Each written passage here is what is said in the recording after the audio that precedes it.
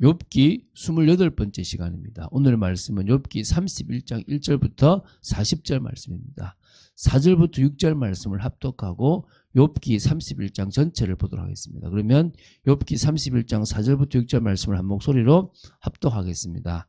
그가 내 길을 살피지 아니하시느냐, 내 걸음을 다 세지 아니하시느냐, 만일 내가 허위와 함께 동행하고 내 발이 속임수에 빨랐다면 하나님께서 나를 공평한 저울에 달아보시고 그가 나의 온전함을 아시기를 바라노라. 아멘. 자, 오늘 보게 될 욥기 31장은 욥의 후기 독백이라고 하는 29장부터 31장 가운데 이제 마지막 장입니다.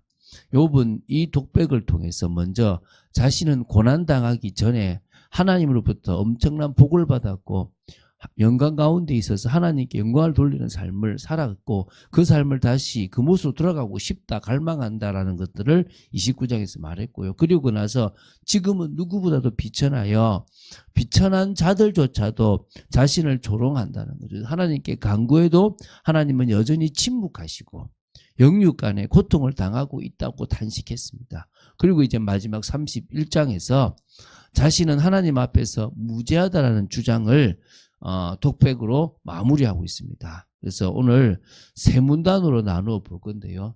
보면서 특히 두 번째 문단에서 왜 그가 무죄하다라고 말하는지를 한번 볼 수 있었으면 좋겠습니다. 자, 먼저 1절부터 8절입니다. 욥은 자신이 하나님 앞에서 의로운 삶을 살았다고 주장하는 겁니다. 우리가 뭐 그럴 수 없잖아요.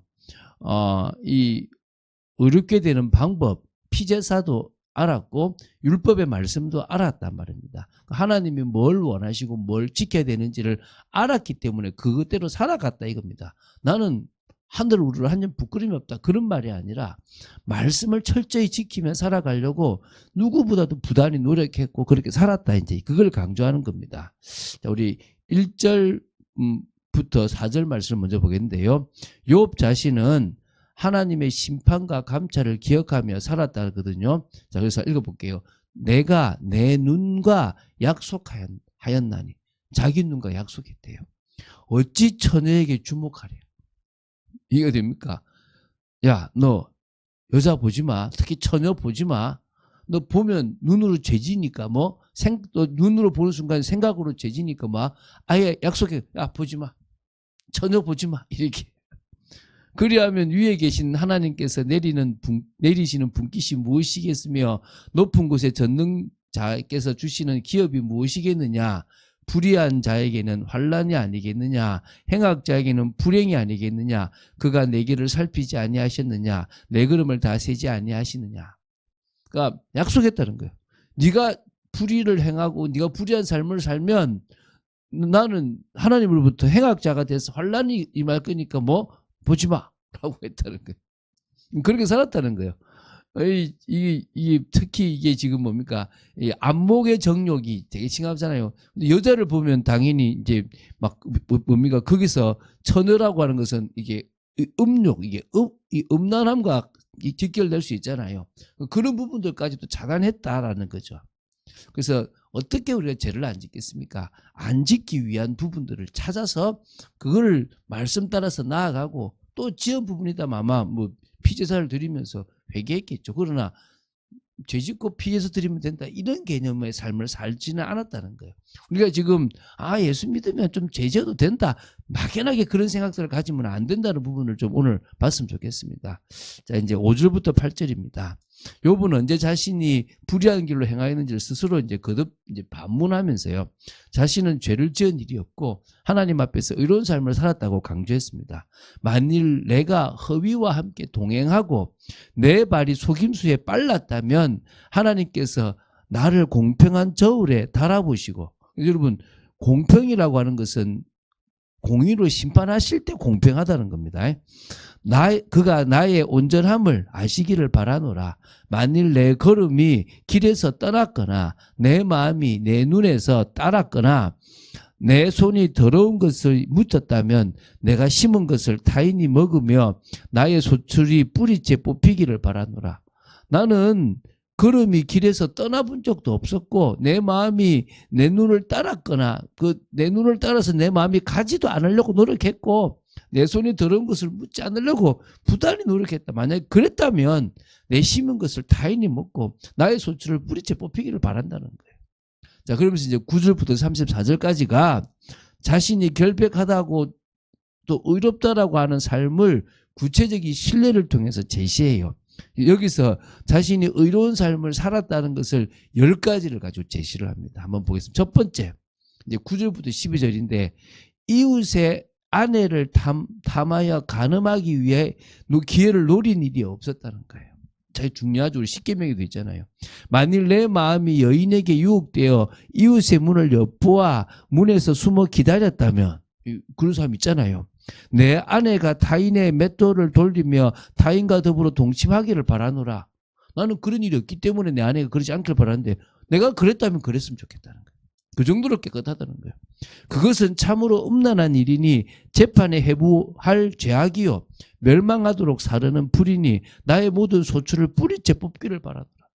내가 이웃의 여자를 탐하고 눈을 보면서 그런 일이 있다면 다 가지고 가도 된다는 거예요. 두 번째요. 종을 학대하지 않고 동등한 인격자로 존중했다는 게 이제 13절 15절이에요. 만일 남종이나 여종이 나와 더불어 쟁론할 때에 내가 그의 권리를 저버렸다면 하나님이 일어나실 때에 내가 어떻게 하겠느냐? 하나님이 심판하실 때에 내가 무엇이라 대답하겠느냐? 나를 태속에 만드신 이가 그도 만들지 아니하시느냐? 나나 그나 하나님이 만드셨다 이거예요. 우리를 뱃속에 지으신 이가 한 분이 아니시냐? 그럼 내가 어떻게 그걸 함부로 하겠느냐? 그의 권리를 저버린 적이 없다는 거예요. 동등하게 대했다는 거예요.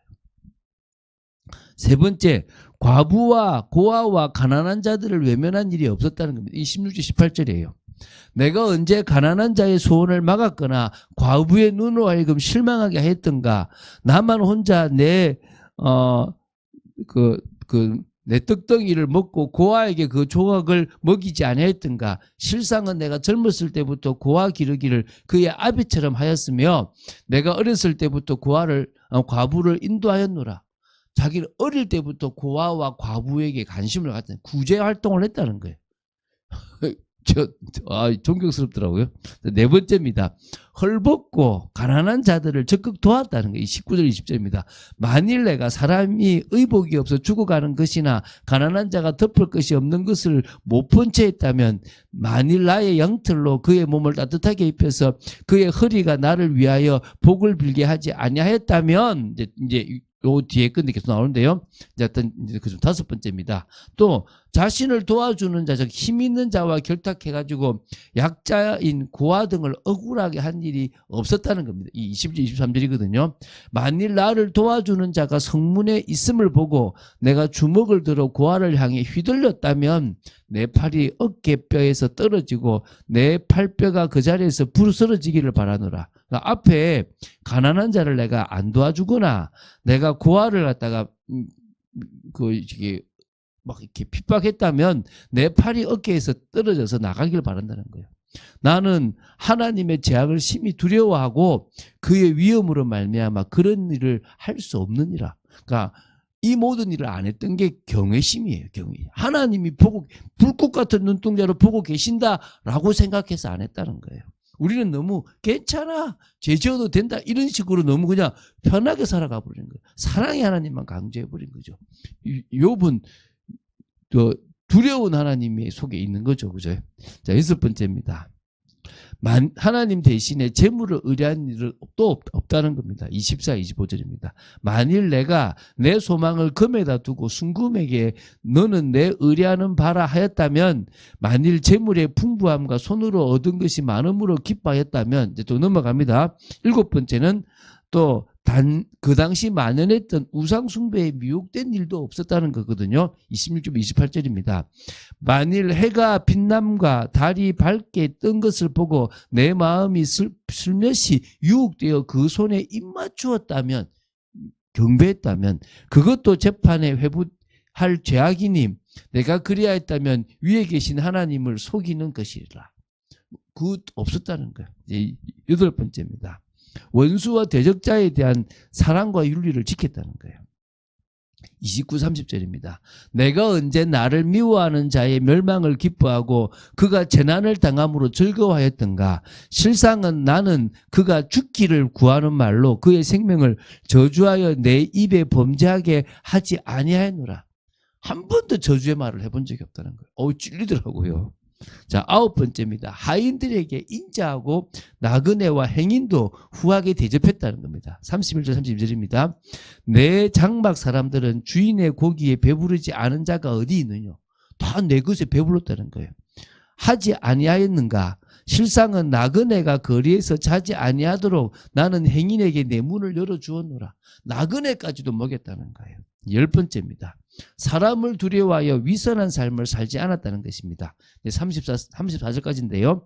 내가 언제 다른 사람처럼 내 악행을 숨긴 일이 있거나 나의 죄악을 나의 품에 감추었으며 내가 언제 큰 무리와 여러 종족의 수모가 두려워서 대문 밖으로 나가지 못하고 잠잠하였던가. 없다는 거예요. 다 자신은 하나님 앞에서 하나님이 두려워서 또 그것이 당연하기 때문에 말씀이니까 지켰다는 거예요. 대단하죠, 그죠? 그래서 여기 보면 내가 언제 뭐 하였던가라고 하는 표현을 계속 많이 써요. 이 정도로 이 욥은요, 의로운 삶을, 말씀을 지키는 삶을 살기 위해서 부단히 누군가도 약속하고 막 했다는 거예요. 그러면서 이제 35절부터 40절입니다. 하나님의 판결에 대한 소망을 피력하며 자기의 일을 다시 한번 선언해요. 그 35, 37절 보세요. 누구든지 나의 변명을 들어다오. 나의 서명이 여기 있으니 내가 지금 서명했으니까 전능자가 내게 대답하시기를 바라노라. 나를 고발하는 자가 있다면 그에게 고소장을 쓰게 하라. 내가 그것을 어깨에 매기도 하고 왕관처럼 머리에 쓰기도 하리라. 내 걸음의 수요를 그에게 알리고 왕족처럼 그를 가까이 하였으리라. 나를 정죄하고 나를 고발하는 사람이 있다면 내가 그것을 내가 자랑하고 다닐게. 그런 일이 내게 있었다라고. 없다는 거예요. 그러면서 이제 38절 40절입니다. 만일 내 발이 나를 향하여 부르짖고 바디랑이 함께 울었다면 만일 내가 값을 내지 않고 내 소출을 먹고 그 소유주가 생명을 잃게 하였다면 밀 대신에 가시나무가 나고 보리 대신에 독보리가 나는 것이 마땅하니라 하고 욥의 말을 그치니라. 이렇게 이제 마무리를 짓는. 자신은 지금 하나님 앞에 말씀을 지켰다는 거예요. 철저히. 그게 얼마나 사실은 쉽지 않습니다. 그래서 자식들이 뭔가 이제 그 잔치를 벌이면 꼭 제사를 지낼 정도로 늘 죄에 대한 어떤 그런 두려움이 죄를 지으면 안 된다고 하는 강박관념까지 있을 만큼 했다는 거예요. 그게 지금 여기서 나오는 거예요. 뭐 올바랐다라고 생각하기는 모르겠지만은 되게 진짜 하나님 앞에서 경건한 삶을 살았다라고 말할 수 있겠죠.